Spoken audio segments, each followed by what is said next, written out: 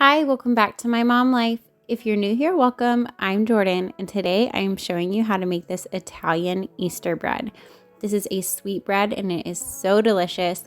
It's also super stunning to look at, so I hope that you try this. I think it would be beautiful on anybody's Easter table. Let's get started.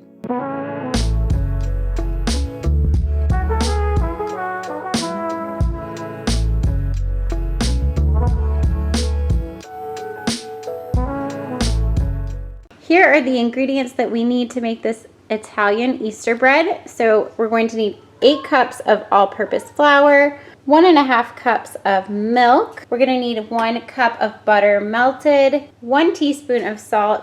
We will also need 2 more tablespoons of butter melted later on. So I have that separate from this butter.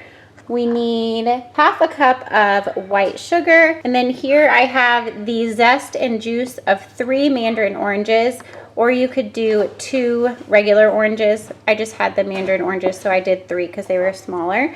And then I have my yeast here. This is instant yeast. You're gonna need 2 packets or 4.5 teaspoons. So there's my yeast, and then we are going to need 8 eggs. Here are my eggs. This recipe, to make it authentically Italian, would call for anise oil. I'm not a fan of the flavor of that. It is like the flavor of black licorice. If you want to make it with that, then I will link the original recipe for you so that you can see how to do that. But this is my version of it. So we're going to just use the orange flavor and leave out the anise flavoring.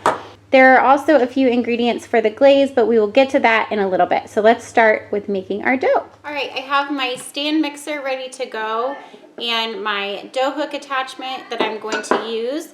The first thing that we want to do is warm up our milk. So I'm going to warm it in the microwave for about 30 seconds. Give it a stir, see how warm it is. You want it to be between 110 and 115 degrees. Or if you put your finger, obviously clean finger in, and it's not too hot, it's just warm, then you're good to go. So I'm gonna warm this up and then we will get started. While my milk is warming in the microwave, I'm gonna go ahead and add in my orange zest to the sugar. And I'm gonna give that a mix.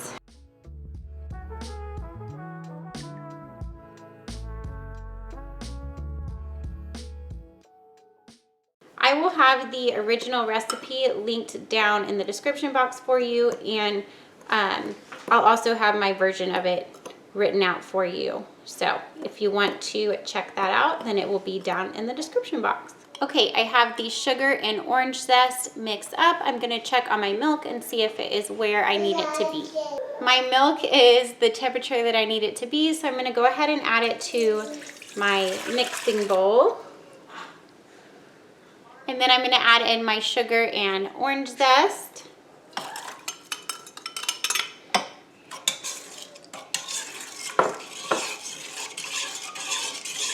Now I am going to add in the yeast, so 4.5 teaspoons of yeast, or 2 of the packets that you can buy.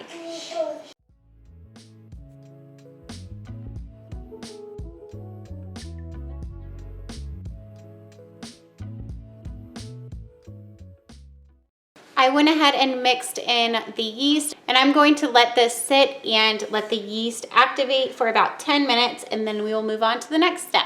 Okay, I have my yeast proofed and activated and ready to go, and my flour is right here. I'm ready to measure that in.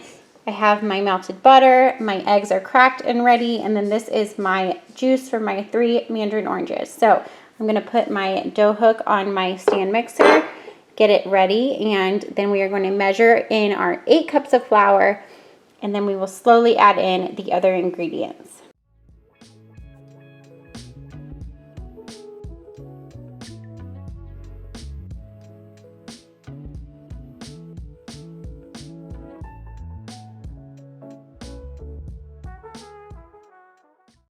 I have my flour going in here with my yeast and milk and sugar, and I'm going to add in my melted butter and also the juice from the oranges. I'm going to scrape down the sides of my bowl, and then I'm going to add in my salt and the eggs one at a time while it is mixing. And then at this point, you don't want to put your flour away, because depending on how much juice you get from your oranges, you may need to add some more flour. So, and also I always say the humidity in your house or where you live may affect how much flour you need for your dough. So I'm going to go ahead and turn the mixer back on and slowly add in our eggs and salt.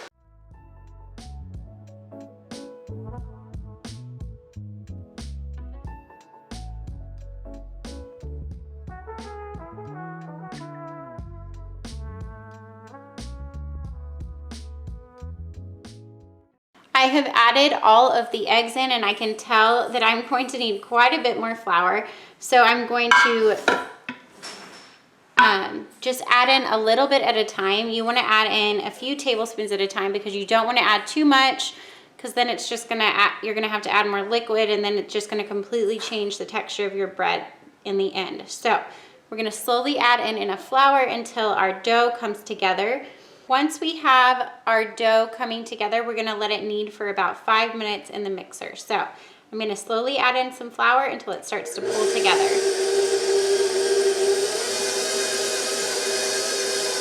Okay, my dough is done kneading, and as you can see, it is not sticking to my fingers. I had to add in quite a bit more flour, but like I said, it all is just going to depend on how much juice you get from your oranges, the humidity in your house, things like that. So I would say I probably added another cup to a cup and a half of flour even in. So now that I have my dough ready to go, it is going to need to rise for at least probably an hour until it is doubled in size.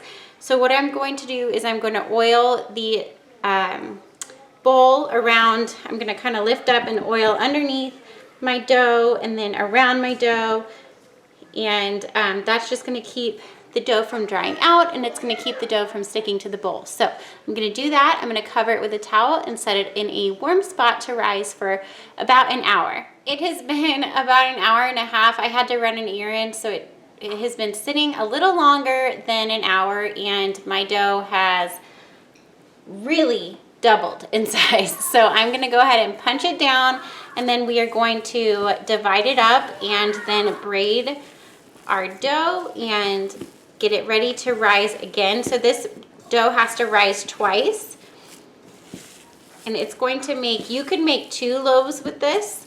I'm not sure if I'm going to do 1 or 2 yet. We will see. So I'm going to turn this out onto my clean countertop. I'm going to spray my countertop just so that it doesn't stick, or you could flour your countertop or whatever you're working with, whatever surface you're going to work on.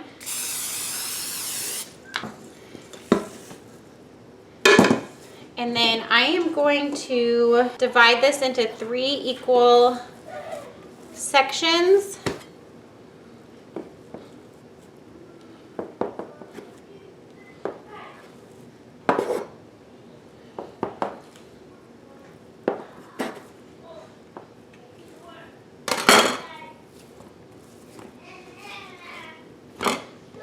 Working with one part at a time, I am going to roll it out into a rope.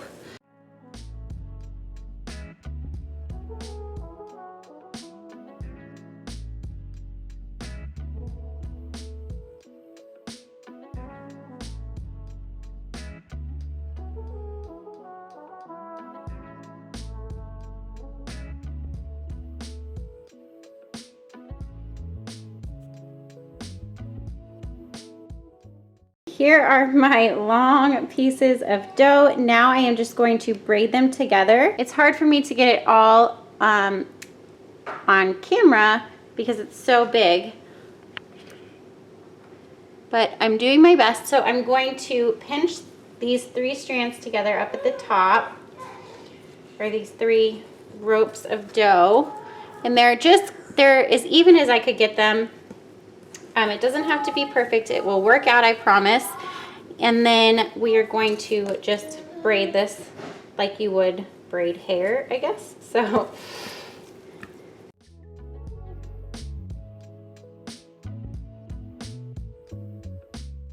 And if you wanted easier, like smaller pieces to work with, like I said, you could make this in 2 separate loaves, but I wanted to do 1, so that's why my pieces are so long.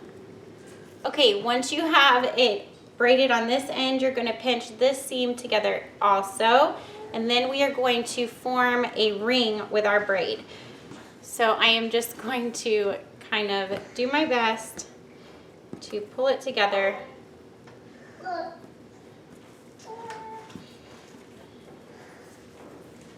I have it kind of pinched together as best I can. You don't want to just completely squish it together. You want to be gentle about it. So now I am going to transfer this onto a greased cookie sheet or a lined cookie sheet. You can line it with wax paper or a silicone baking mat, which I am probably going to do. So I'm going to do that right now. You want to be very careful when transferring it. So I'm going to get my cookie sheet and put this on there, and then we are going to cover it and let it rise for another hour.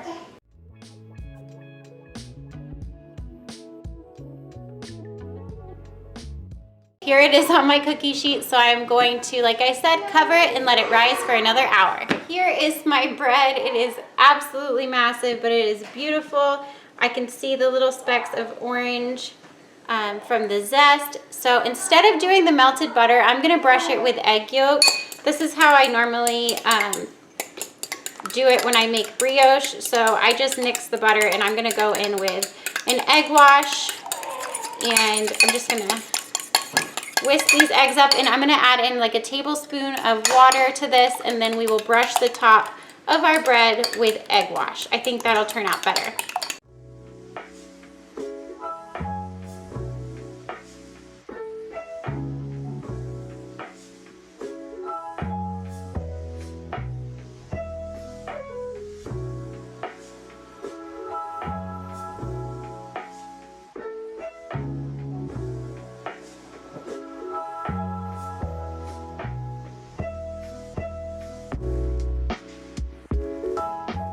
Here is my bread ready to go in the oven. I did have the oven preheating to 350 degrees while it was rising. So I'm going to bake this. We'll see how long it takes. I will let you know. Probably about 45 minutes to an hour because it is such a big loaf of bread. So I'm gonna pop it in the oven and show you what it looks like when it's all done. This is what my bread looked like out of the oven. It is beautiful and golden. Now I am going to make the glaze for it. So I have 2 cups of powdered sugar in my bowl, and I am just going to put about 2 tablespoons of milk. You definitely want to go easy on the milk because you can always add more, can't take it away. So I'm going to whisk up my milk and get the icing to the consistency that I want it. This is what I was looking for. So now all I'm going to do is drizzle this on our bread in no rhyme or reason. I'm just kind of trying to make it look pretty and drizzle it in all directions. And then is the fun part. We're going to add some sprinkles. So I'm going to add the icing, and then I will show you the sprinkles that I used.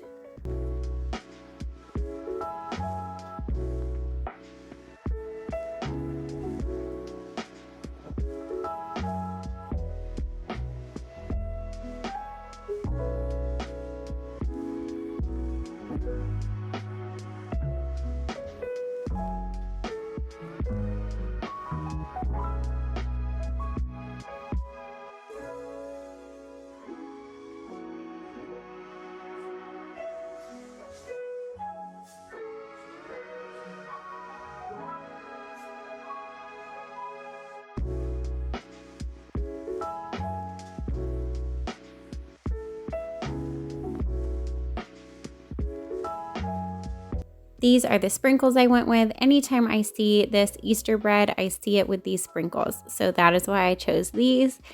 I went ahead and just added a few to the top until I felt like it had enough color on it. These sprinkles remind me of little Easter eggs or just spring colors in general. They're beautiful, and it absolutely makes the bread, in my opinion.